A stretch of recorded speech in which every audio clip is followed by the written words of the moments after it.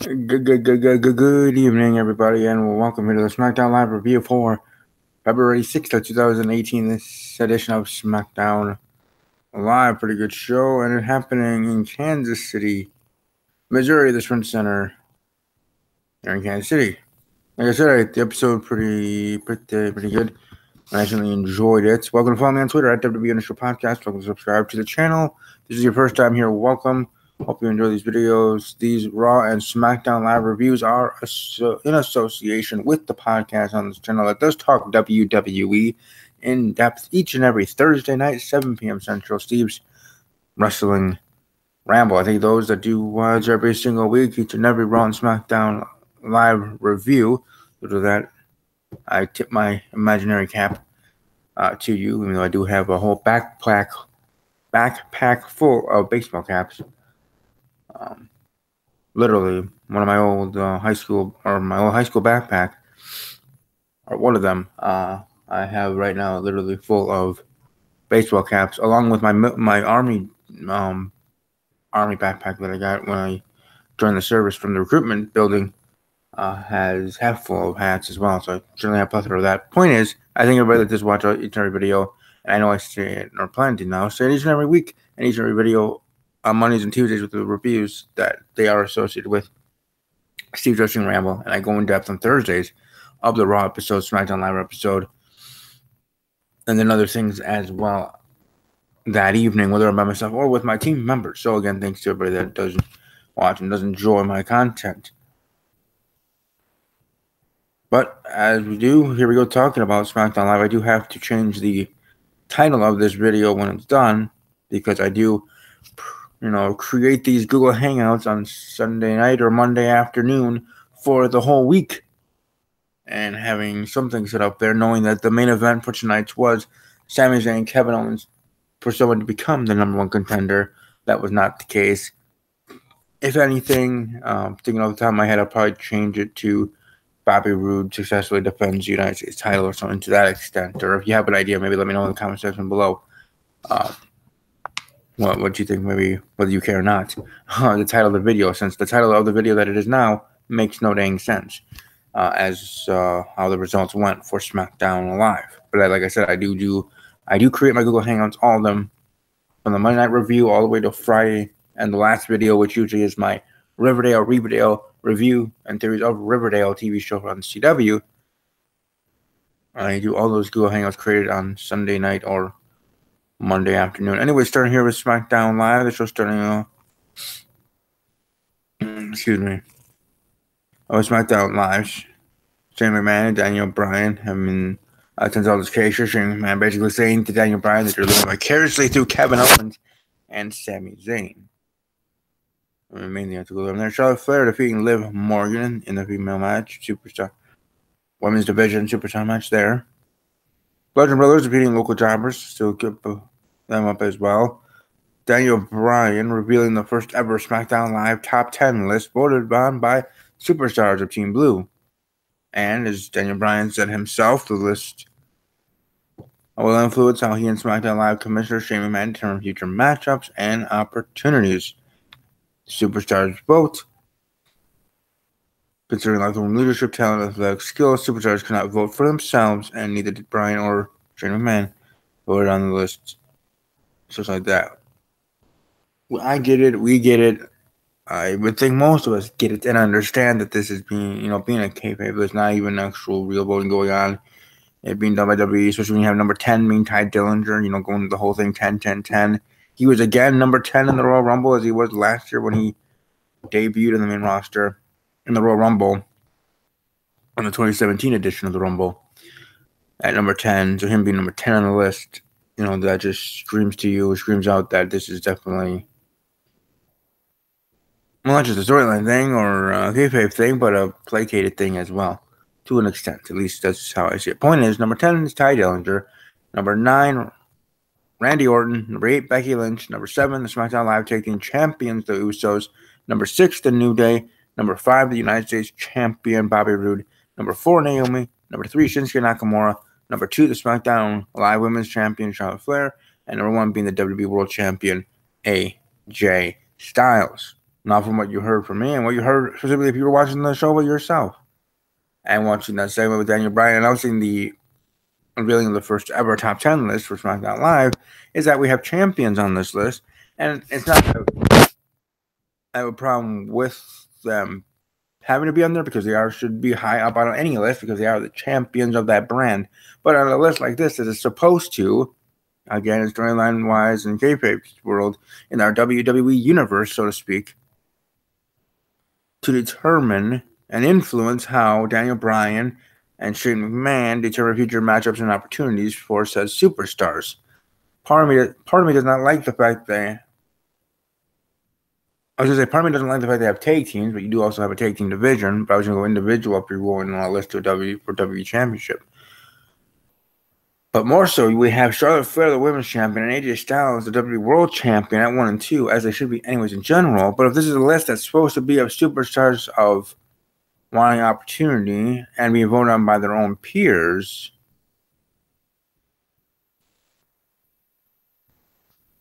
then Charlotte Flair and AJ Styles shouldn't be there. It should be a list that is to determine that such stuff, but not have your number one male champion or your number one female champion, meaning the WWE champion and the women's champion, on said list. They should be exempt, whoever it was, or whoever is the champion of that week or whatever. And right now, that's currently Charlotte Flair, the women's champion, and AJ Styles, the number one men's champion, as the WWE champion on SmackDown Live. It's going to be the same thing on Raw. Brock Lesnar, Universal Champion. Alexa Bliss, Raw Women's Champion. Both would be excluded from that list if Raw so did that list. But this is a SmackDown thing, because it makes sense to be a SmackDown thing. It's quite honest to just say that right up in front. And that's me saying that as a Team Blue guy. Okay? But I would feel that this would be more believable to a bigger amount of the WWE Universe audience, WWE fans, if you excluded those two from the list, period. We know they're 1 and 2. We know they're at the top of any list for the SmackDown Live brand because they are the number one champions, number one female, number one men's champions. Okay, that's great. We know that. We understand that. Respect them both. Charlotte Flair being the best woman, not just superstar in WWE, but wrestler in the world. Women's wrestling, and AJ Styles being great and being awesome, and not just phenomenal, but as well as craft, as sports entertainer, as wrestler. But if this is supposed to be used to, again, I reiterate, as what they've been reiterating here in the universe world, that this list is how Daniel Bryan, the SmackDown Live General Manager, and SmackDown Live Commissioner Shane McMahon determine future matchups and opportunities. No, I know I kept saying that. I know that might make people roll their eyes because I keep bringing it up. But I do keep bringing it up for a reason, and that reason being is if that is the case, if that is what they're trying to tell up its own story or storyline, its own situation, being the top 10 list for SmackDown Live, then you would think, why do we have the SmackDown Live Women's Champion, Charlotte Flair? Why do we have WWE Champion AJ Styles? Because last time I checked, those two don't need any opportunities or any other special matchups. Anyways, they are the gosh darn champions. They be number one in the women's division, in the men's division on SmackDown Live. They be okay. They be set. They are the queen and king of SmackDown Live in that sense, for dang sure. So who would I actually have on this list?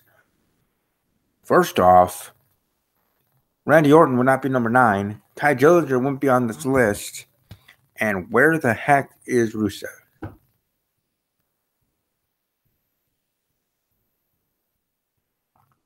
Now also, where's Carmella? Missed Money in the Bank as well.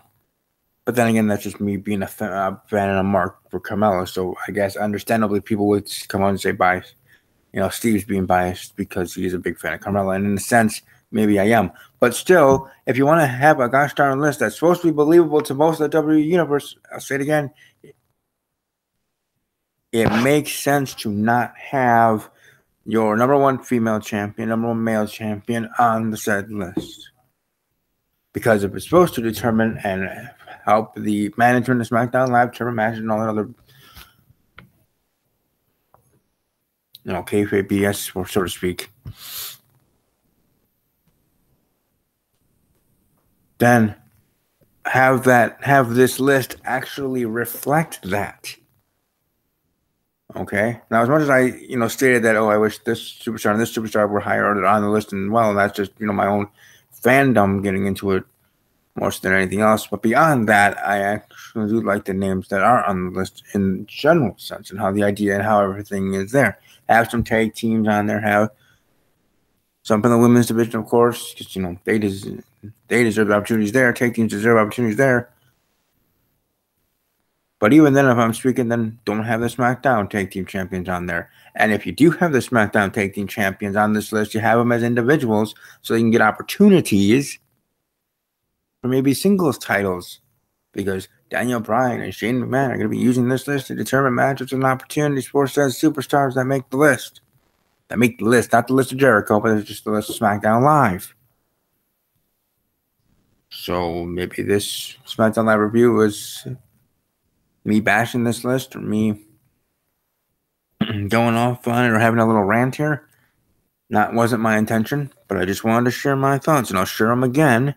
Hopefully I can share them just as passionately as I did here tonight, but I'll share them again Thursday night on Steve's Wrestling Ramble of why I believe this list could have been done better and looked better. I mean, it's a little more pleasing to the eye for me individually. No SmackDown Women's Champion should be on there. WWE Champion, no. And even SmackDown Tag Team Champion. Number ones of all the divisions. Men division, women division, tag team division. And if you want to have, it's okay to have United States Champion Bobby Roode on the list, because maybe that could mean, let's say he loses the championship, like if he did to Rusev tonight, or if he does at Fastlane or whatever, or even at WrestleMania, Daniel Bryan and Shane McMahon can go this list and see if, where Bobby Roode is situated there, and he might not be U.S. champion anymore, might not have that moniker in front of his name anymore, but if he's high on the list, he may get an opportunity for another championship, this and that, or if he be spoken about the WWE championship. Point being is, okay, good to have the mid-card champion on there. That's okay, because they want opportunities for bigger and better things, being the number one championship on that brand.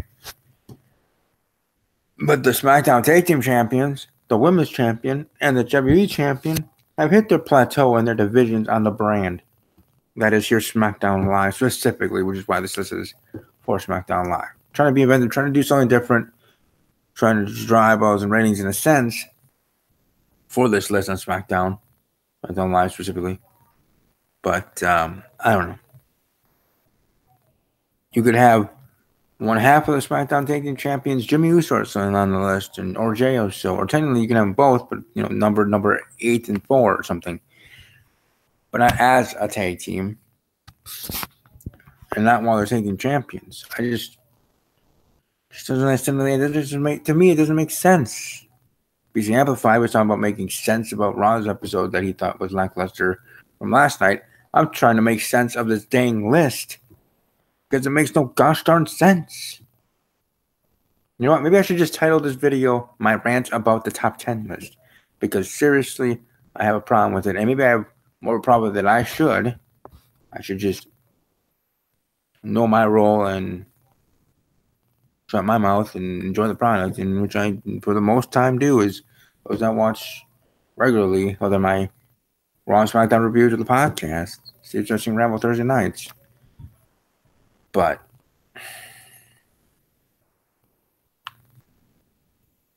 yeah, we don't need the SmackDown Tag Team Champions on there. We don't need the Women's Champion on there. We don't need the WWE Champion on there, no matter who it was. Whether the SmackDown Tag Team Champions were the New Day, the Women's Champion was Carmella, she successfully cashes in, or the WWE Champions, Sammy freaking gosh darn Zayn. Whoever be the champions, being the number one of those divisions here on, or there on SmackDown Live, And people are welcome to share their thoughts. Hashtag SD Live Top 10. Trust me, I will when I promote this video on Twitter. Again, at WWE_podcast. Welcome to follow me there. And shortly I'll find out if my podcast actually wins an award. The Wrestling Radio Awards. But anyways, this list needs to change. Hopefully they get better next week. Hopefully they maybe change it. And have some addendums to rules. And not having the tag team champions, women's champion, and WWE champion. I just feel that they don't need to do that. Again, it's not because Steve said so. You know, Stone Cold Steve Austin was my favorite superstar because A, he was Stone Cold. But then as a kid, it was cool because his first name, whether as a superstar in real life, is Steve. Steve and Steve. So we share that. But it's not because this Steve said so. Me, Stevie K. But hopefully WWE, if anybody's watching, hopefully you realize that it really doesn't make sense to have the SmackDown Tag Team Champions or the Women's Champion or the WWE Champion. As for the reasons that I've now rambled about talking in circles. But I just... Well, we put Ty Dillinger at 10, just to Ty Dillinger can try to get a pop up being there. And getting this number 10 thing again, continuing that. Past 2 years, he's number 10 at the Royal Rumble. When things are supposed to be done at random. Yes, I know it's not, but I'm just saying, you know, trying to get that believability. And you know me more than BC Amplified and others. I let more things go, let's just say, even though that didn't really make sense, know how I said it. The point is, you have Ty Dillinger being number 10 on this list just for the goof. To be quite honest, it seems more of a goof than for serious thought. Oh, so we put Ty Dillinger 10 because his shtick and gimmick is perfect 10. So why the heck not?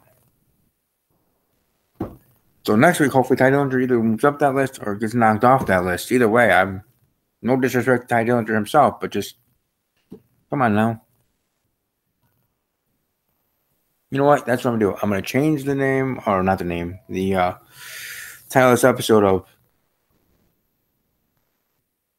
Steve's rant about the hashtag Top 10 SD Live Top 10 list. Or hashtag SD Live Top 10, yeah, whatever, that list. Because this list needs some addendums, an addendum to the rules. Needs to change some things. Because to me, personally, this one WWE fan, this one member of the WWE Universe, thinks this list is a bunch of BS. Now, I don't mean a bunch of BS because my favorite superstars aren't on there. Like I spoke of Carmella and Rusev. But also because of having the number ones of the division, tag team, women's, and men's. But what do I know, right? 29-year-old military veteran, lives in Wisconsin. Big fan, though. Been a WWE fan since 1994. When I was 6 years old. And yes, for those that ask, yes, I am adopted. Born in South America. But also those that wonder, I was adopted 2 years old, 1990, became an official naturalized citizen then. So it's all good in that sense. Anyways, back to the topic at hand. Let's move on from this list and talk about other things on SmackDown Live, but I'm sure I'll probably put this as headliner. Anyway, moving forward, Rusev getting his opportunity with the United States Championship after winning the Fatal 4-Way last week, facing Bobby Roode for the United States title. Bobby Roode, it was a pretty good back and forth match. When Rusev put him in the accolades, or attempted the second time, I thought, ooh, maybe Rusev might actually get the W here, but no, Bobby Roode successfully defends. Then afterwards, Randy Orton out of nowhere, RKO out of nowhere, when the lights go off and Bobby Roode does his thing, celebrating. Boom, RKO to him, RKO to Aiden English, and then an RKO to Rusev. So there you be. I guess that works for those that aren't fans of Randy Orton. He'll be in the U.S. title picture than the WWE Championship picture, at least for now. And the main event, Owens and Sami Zayn battling for the title opportunity. AJ Styles getting involved, no winner. Daniel Bryan announcing it'll be a triple threat match at WWE Fastlane. And there you be. That's how the show ends. So that's pretty much all I have to say. Like I said, I probably will rename the title of this episode Steve's Rant on the SmackDown Live Top 10 list there. For those that may have joined in late and watching here live now, well, you can rewind and watch that or wait until the video is uploaded to the channel and then leave a comment section or a comment in the comment section below your thoughts on my thoughts, your thoughts on the list itself. Do you think other superstars? Who would you want to see on the top 10 list? Do you think I'm overthinking it in my rant about it? Either way, let your voice be heard in the comment section below. Hope you all have a great rest of your evening. Hope you all enjoyed the show. Again, you can vote on my SmackDown Live Insta poll. You think it was great, good, okay, or terrible of an episode of SmackDown Live. And above all else, as always, take care.